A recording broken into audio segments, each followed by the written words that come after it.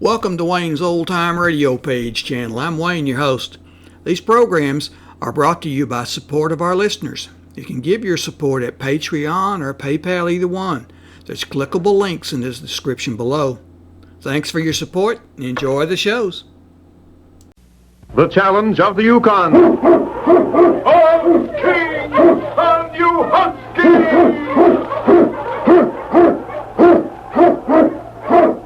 King, the swiftest, strongest of Eskimo lead dogs, blazes the trail through storm and snow for Sgt Preston as he meets the challenge of the Yukon.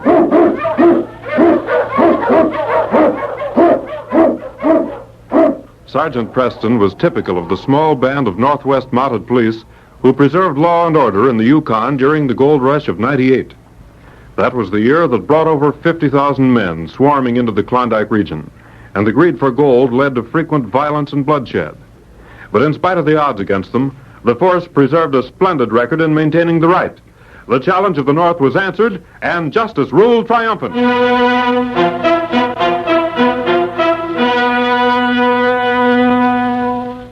Driving, ceaseless snow made the vast Yukon a blurred mass of whiteness. But even the fury of the storm could not obscure the natural protection of a group of huge rocks that shut out the merciless winds. It was there that two men crouched, guns within easy reach, while they rubbed their hands together for warmth. You picked a fine day to do this job, Manny. I ain't seen weather like this since I come to the Yukon. Listen, Tom, you know the reason we're here. I can't help it if Jim Glynn always drives into Melville City on Wednesdays, can I? Rain, snow, or shine don't make no difference to him. It'll have to be a plenty rich haul to be worth freezing to death. Glynn's carrying the finest lot of furs this side of the Great Divide. I know that for a fact. Well, he's done his last bit of trapping. You see him coming yet, Manny? I can't see far beyond these rocks. You ought to be along. You know, Tom, I don't like the idea of doing away with Glynn. Ain't no other way to get our hands on them furs, is there? No. Well, then. Murder's the one thing we ain't done, Tom. Only because we could get what we wanted without it. The other robberies were easy. Yeah. Ain't he coming yet? Yeah.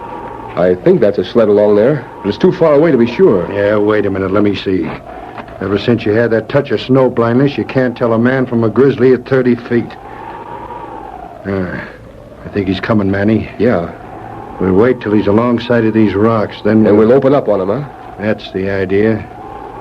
Got your gun ready? Yeah. Well, we just wait now and surprise Mr. Glynn. He's making right good time. Yeah. He's got a good set of dogs. What are you grinning at? Jim Glynn racing like that to the bullet. This ain't no time for jokes, Tom. Sometimes Take it easy, kid. Here he comes now. Get ready. Push you out of the push!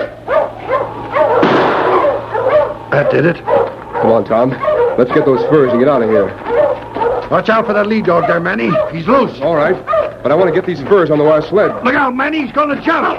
Oh! Get down, you mutt! Oh, let go of my hand! Ouch! Nice shot, Manny. Nice shot. That mutt tore my hand. Say, he sure got you. Here, let me help you. I'll have to put a bandage of some kind on till we get to town. It'll be a while before you'll be able to do much with this hand, Manny. I'll take care of it when we get back to town. Come on, Tom.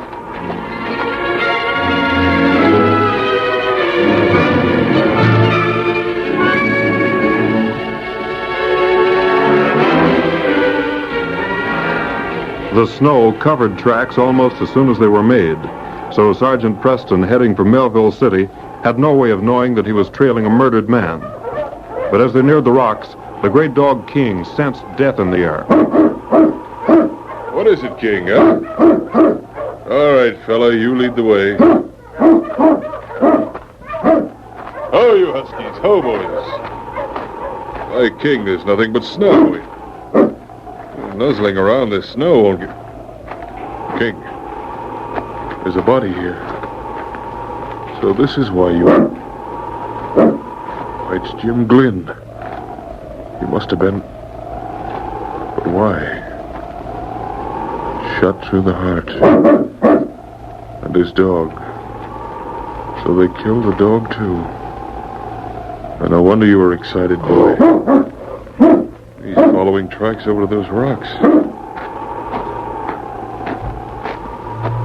Oh, Now I begin to see. Tracks here haven't been covered by the snow. Sheltered by rocks. Those two men were standing here. They waited here till Jim Glynn was practically in front of them before they fired. Jim didn't have a chance. If they waited here, then they must have... But it's hard to tell which way they went. Well, King, what have you found now? Oh, more tracks, huh? Yeah, here's a bandana. CN. CN. Now, who could... Newton. Cy Newton. He pulled in here about the same time the two other fellows were here. The tracks don't differ. They're about the same depth. King, we're going to Melville City to call on Cy at the Silver Lantern Cafe.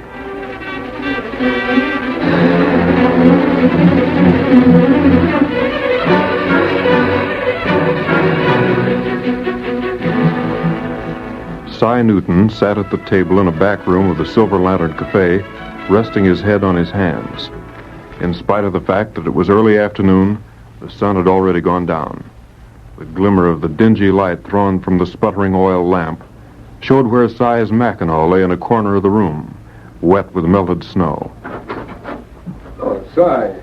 I didn't know you were here. Hello, Manny. What's the matter?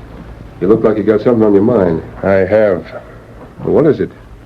Business is good, ain't it? What happened to your hand? Oh, one of them stray mutts bit me. I've got to fix the dressing. He sure tore into you. Yeah, I guess he belongs to one of the trappers out front. Ain't no use lying to me, Manny. Lying, do you? Yeah, I know how you got that dog bite. I don't savvy what you're driving at. Come on, we'll have a few drinks. You're just down in the dumps. No, Manny, I ain't just down in the dumps. I know how you got that dog bite, and I know where you got it. What do you mean? I mean we're through, Manny. I've been keeping quiet for a long time now, but there's a limit to everything. What I saw today was... All right, Cy, let's have it. Come on. Well, I knew when you was taking cash from the safe, Manny. But I figured if you needed it, that was your business, so I didn't say anything. Then you started bringing them low-down friends of yours in here. You better be careful what you say, Cy. I'm getting this off my chest, and then you're getting out of here. Even when them mangy-looking crooks was fleecing everyone who'd play a game of poker with them. Because they was your friends, it was all right. And as long as I got half interest in this cafe, they can still come here. If you're smart, you'll get out of the Yukon, Manny. When them fur robberies started, I didn't connect anything at first. That is, I didn't till you began flashing around so much extra money. I won that money at poker. You ain't never held a winning poker hand in your life, and you know it. But I got all I can take this morning. I was at Split Rocks, Manny, and I saw what happened to Jim Glynn. Why, you... Oh, don't worry, I'll keep quiet. You're clearing out of this cafe. You and all your friends, Manny. You and me are through, do you hear? I don't care if I ever see you again. Not gonna be that... Manny and Cy didn't realize that as they talked, their voices took on the loud, argumentative ring that carried to the ears of Manny's friends, playing poker in the back of the cafe. Well... It's us, Manny. The door opened, and led by Tom Bryant, 6 men filed into the room, their hands resting on their guns. Cy's appraisal of their worth left no margin for improvement. The dregs of the Yukon stood in that room, and Cy, as he glanced over the lot of them, shivered. Well, We thought you might... this is a private argument. You boys can clear out. They can clear right out of the cafe while they're at it. Are you going to tell them, Manny, or will I? You'll regret this, Cy. I ain't regretting nothing. Only thing I'm sorry for is the day we went into business together. I think we better stick around, boys. Now get out, all of you. You can't prove a thing, Cy. I can prove everything I said. That hand of I yours was... told you you'd better get him out of the way. If you won't drop him, I will. What the? My arm! Let go of my arm! I'm going to finish you off right now. Drop that gun, Manny. Why, you yellow skunk. You ain't hit, Manny? Manny. Manny. No, you don't. You've done what you set out to. Here, let me see that man. You better take care of Newton, Mounty. You still got life in him. Come on, Rube. After you two help me carry him out. Just a minute.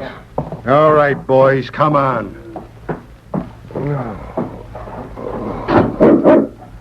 Yes, King, I know. We shouldn't have let them get away. There's something mighty strange here.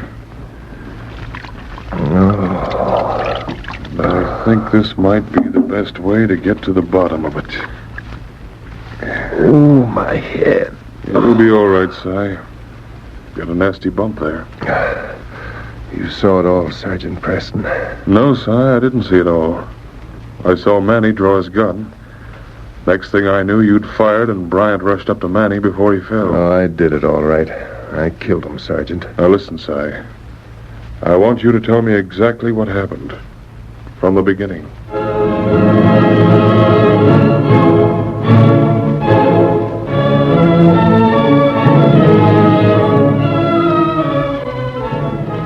Then when I tried to go up to him, Bryant... Yes, I know. Bryant's pretty free with his fists. I didn't aim to do no shooting. I didn't even think I hit him when he dropped. You couldn't hit the front of a house at 10 feet, Si. What are you looking for, Sergeant? Manny drew first. I saw him. Yeah, but what's that got to do with it? He could have easy killed me and... Oh, well. I guess it's up to you now, Sergeant. I'll just come along with you. Wait a minute. Well, I'm under arrest, ain't I? Well, I can't arrest you till Manny's proven dead. Now, let's see. You were standing right here. I can't see what you're driving at. It seems to me... You stand here, Si. Here? Yes. Now... I thought so. What? I've got a murderer to catch, Si, and I need your help.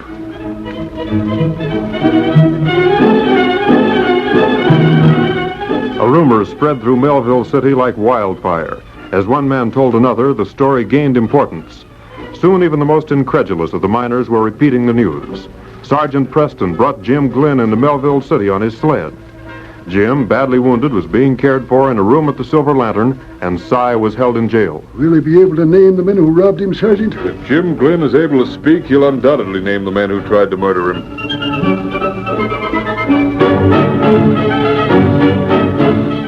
The miners and trappers who frequented the Silver Lantern speculated. Was Si responsible for the robbery as well as for the murder of Manny? Si confessed yet, Sergeant? Si refuses to talk.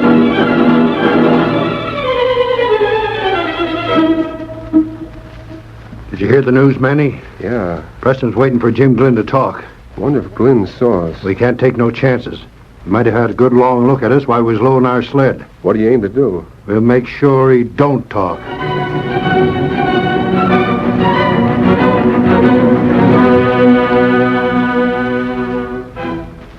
Late the next night, two men approached the back entrance to the Silver Lantern Cafe.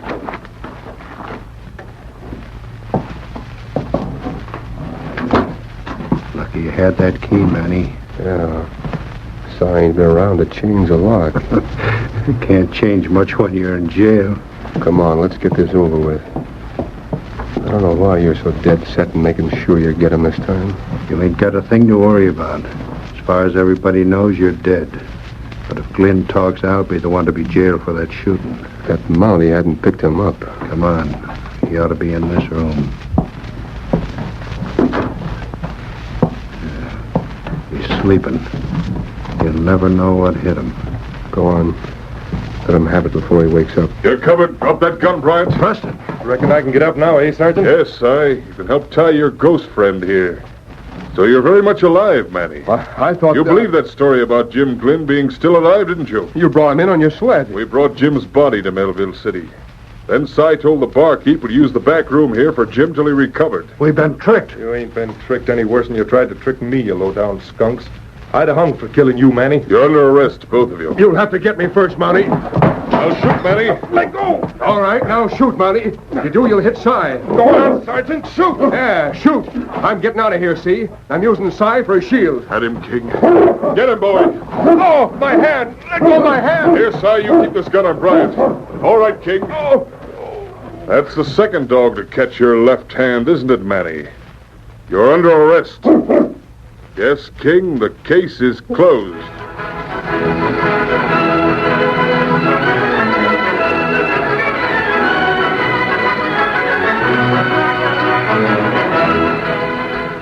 Challenge of the Yukon, a copyrighted feature of the Challenge of the Yukon Incorporated, brought to you every Saturday at this time, originated in the transcription studios of WXYZ Detroit.